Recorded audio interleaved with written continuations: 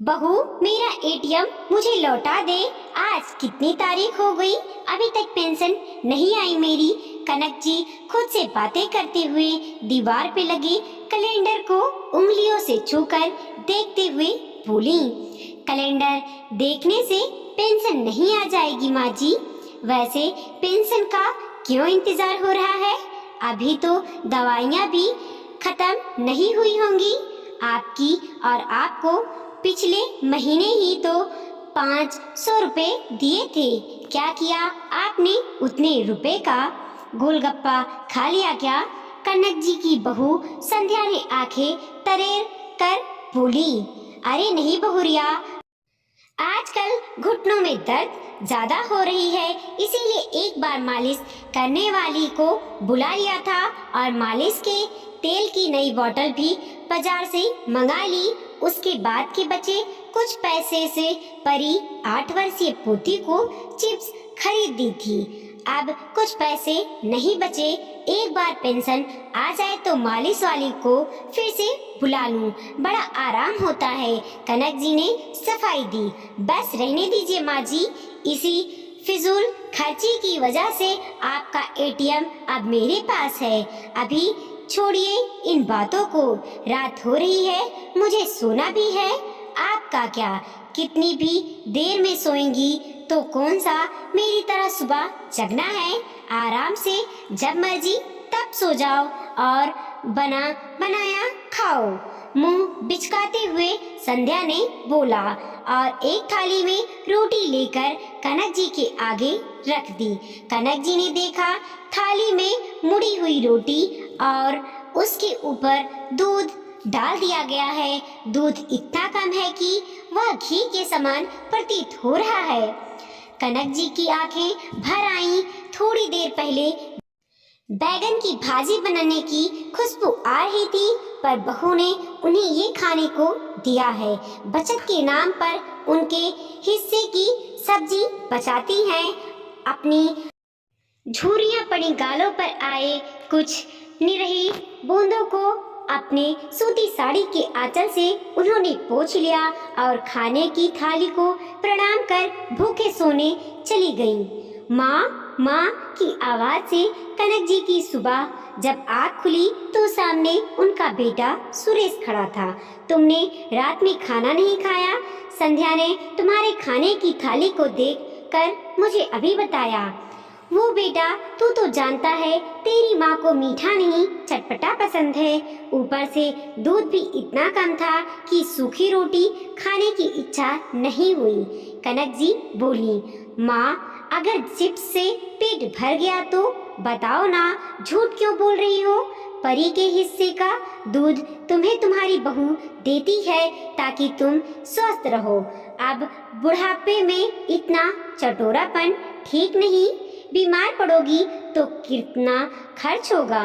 सही से खाना पीना तुम्हारे उम्र का तकाजा है, समझा करो माँ। सुरेश एक सांस में बोलता गया। कनक जी चुप रही। बहू की शिकायत करना उन्हें अपने आदर्श के खिलाफ लगा।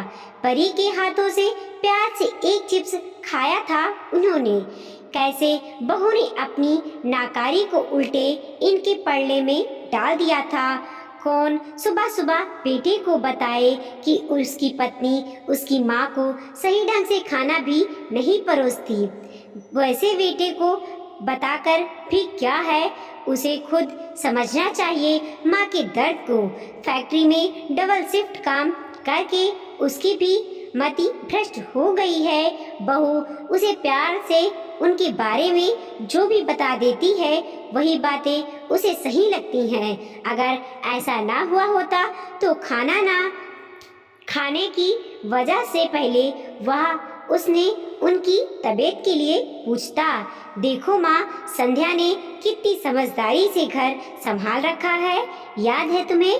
पहले हर महीने के आखिरी सप्ताह तक तुम्हारी पेंशन और मेरी सैलरी खत्म हो जाती थी। जब तुम्हारी पेंशन बंद हो गई थी तो हमारे पास कोई बचत नहीं था और अब देखो हर महीने बचत हो रही है। तुम ही कहती हो ना कि मेरे जाने के बाद मेरा श्राद्ध कर्म धूमधाम से करना, तो उसी बचत से तेरा श्राद्ध कर्म धूमधाम से कर देंगे। कनक जी चुपचाप नम आंखों से अपने बेटे को देखती रही। सुरेश थोड़ी देर में तैयार होकर फैक्ट्री चला गया। पोती परी भी स्कूल जा चुकी थी। कनक जी नहा धोकर जो बहू ने परोसा खाकर बाहर निकल गईं। सामने पार्क में बेंच पर बैठकर वह सोचने लगी, अभी तक पेंशन नहीं आई, कहीं पिछली बार की तरह किसी वजह से रुक तो नहीं गई। जरा बैंक जाकर पता करती हूँ। दवाइयाँ भी खत्म होने वाली हैं, ऊपर से ये मुआ घुटनों का दर्द, एक पैसे भी नहीं बचे, कैसे बुलाऊं मालिश वाली को। घर के बाहर परिचित रिक्शे वाले से आग्रह कर कनक जी बैंक पहुंच गईं। वहां जाकर बैंक अधिकारी की बातें सुन उनके पांव के नीचे की जमीन खिसक गई। आंटी पेंशन तो आ गई है, लगभग सारे पैसे भी निकल गए हैं, वह भी एटीएम से। ये कल की बात है। कनक जी अधिकारी को अपने घर की कहानी न बताकर वापस आ गईं। उन्हें अपने पति की बात याद आने लगी। कनक, मेरे जाने के बाद ये एटीएम संभाल कर रखना। मैंने अपने और तुम्हारे लिए पेंशन प्लान ले रखा है। दोनों में से कोई भी पहले जाएगा तो दूसरा अकेला रह जाएगा। मैं तो तुम्हारे बिना रह जाऊंगा, पर तुम कैसे रहोगी मेरे बिना, मेरी ना समझ पत्नी। इसीलिए ये सब बता रहा हूँ। मेरे जाने के बाद अपनी पसंद की साग सब्जी खुद से खरीद लाना और अपनी पसंद का गोलगप्पा भी खाना। दिल करे तो पूजा के लिए मंदिर में दान करना और अपनी खुशी से पर्व त्योहार में बच्चों को आशीर्वाद स्वरूप कुछ रुपए भी देना। जब पैसा तुम्हारे पास है तो स्वतंत्रता भी पास है। पेंशन के पैसे ज्यादा नहीं होंगे, पर इतने जरूर होंगे जितने से हर छोटी बड़ी चीज के लिए तुझे बच्चों के आगे हाथ नहीं फैलाना होगा। एक बात और याद रखना, आपने आपको उम्र का हवाला देकर निराश ना होना। अपनी आंखें खुली रखना और अपने फैसले खुद लेना। कितना सही कहा था उन्होंने। उस समय उनकी बातों से कितना नाराज हो गई थी कनक जी। 2 दिनों तक उनसे बोली नहीं थी, क्योंकि कनक जी को उनसे पहले जाना था इस दुनिया से। लेकिन भगवान की कुछ और मर्जी थी। पति के जाने के बाद उनकी कही हर बात कनक जी अमल करने लगी। जिंदगी पटरी पर थी, लेकिन इसी क्रम में एक बार जीवन प्रमाण पत्र बैंक में समय पर ना देने की वजह से पेंशन नहीं आ पाई। उस महीने सारा खर्च सुरेश को करना पड़ा। पति के जाने के बाद कनक जी बीमार भी रहने लगी थी। माँ के बीमारी पर खर्च करने में 1 महीने में सुरेश की हालत खराब हो गई। वह झल्लाने लगा। हर छोटी छोटी बातों पर घर में झगड़ा लड़ाई होने लगी। एक एक पैसे का हिसाब होने लगा और बात ले देकर कनक जी के पेंशन पर आ गई। माँ, आप अपने पेंशन को सेव क्यों नहीं करती? आपके सारे पेंशन के पैसे कहाँ चले जाते हैं? अगर आपने फिजूल खर्ची नहीं की होती तो अभी आपके अकाउंट में कुछ पैसे होते और आज हमारा यह हाल नहीं होता। आपकी दवाइयों का खर्च निकालूं या परी के ट्यूशन का फीस भरूं? सुरेश गुस्से से बिलबिला रहा था। सुरेश की बातों से कनक जी टूट गई थी। छोटी नौकरी में सुरेश के पापा ने इसे पढ़ाया लिखाया, औकात से अधिक हर सुविधा दी और आज एक माँ का खर्च इसके लिए बोझ बन गया है।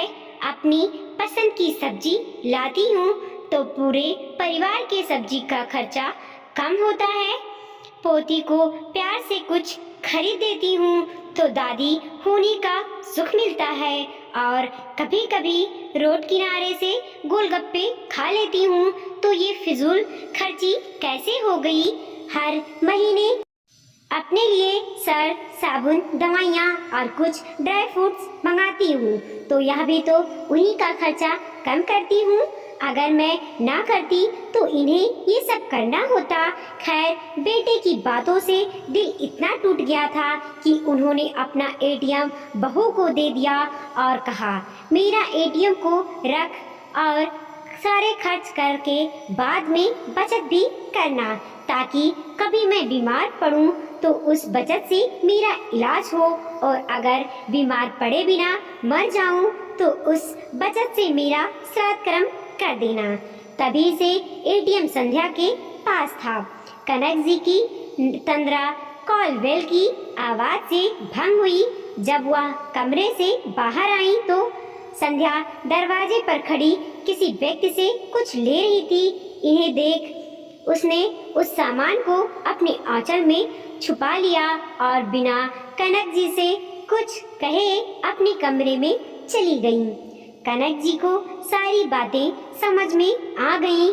अभी दरवाजे पर जिस व्यक्ति को उन्होंने देखा था वह गहनों की दुकान पर काम करता था। संध्या ने उसे इनके पेंशन के पैसे देकर कोई जेवरात बनवाया होगा, यानी जब से इन्होंने उसे एटीएम दिया है वह उस पैसे को निकाल अपना खर्च करती है, और जब सुरेश की तनख्वाह आती है तो उससे इनकी दवाइयाँ मंगाती है और 500 रुपये देती है। उन्हें यह भी समझ आ गई कि क्यों उन्हें हर महीने 5 दिन देर से दवाइयाँ मिलती हैं।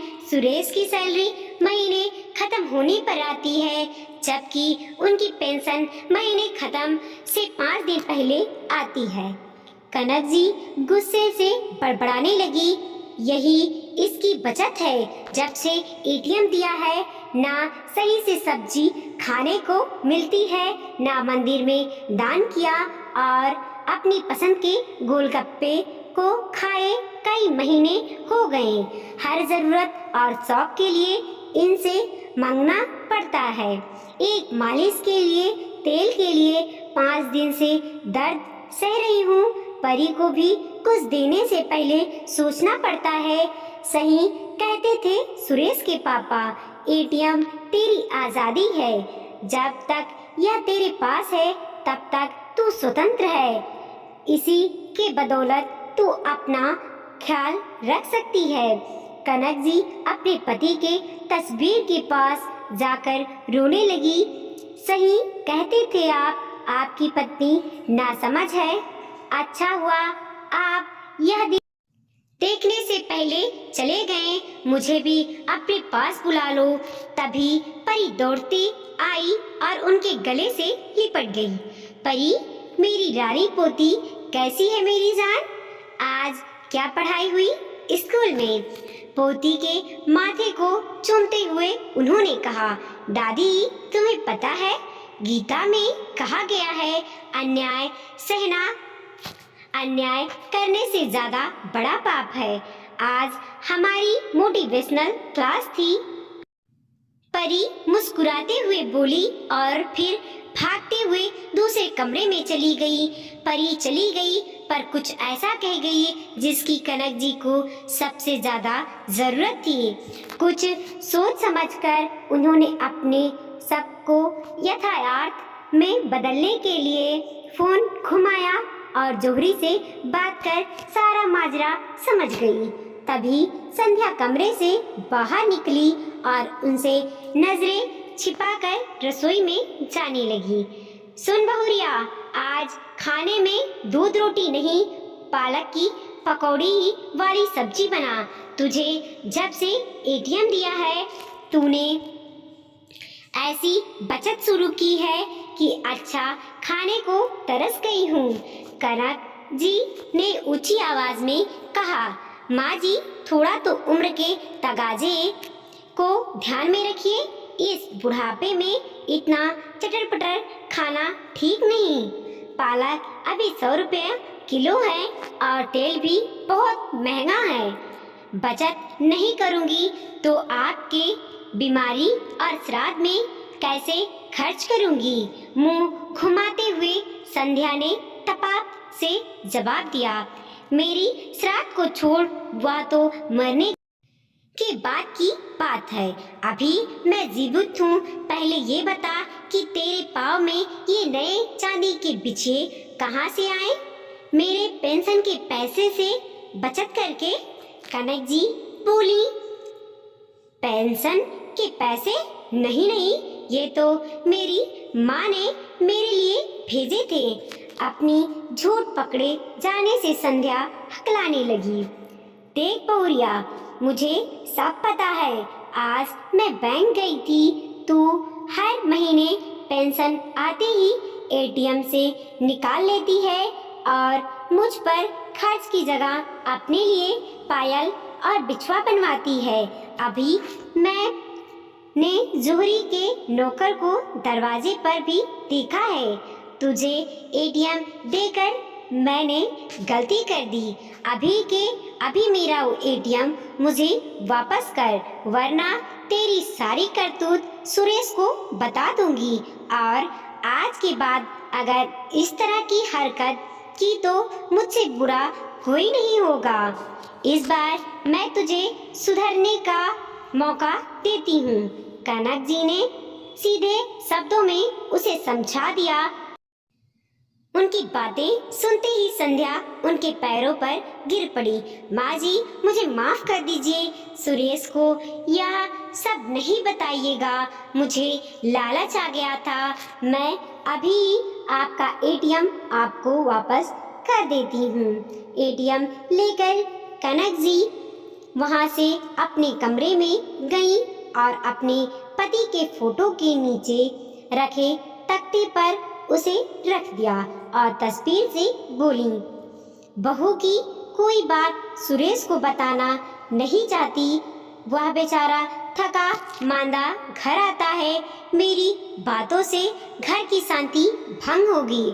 संध्या शायद आज की घटना के बाद अपनी हरकतों से बाज आ जाए। उसे सद्बुद्धि देना।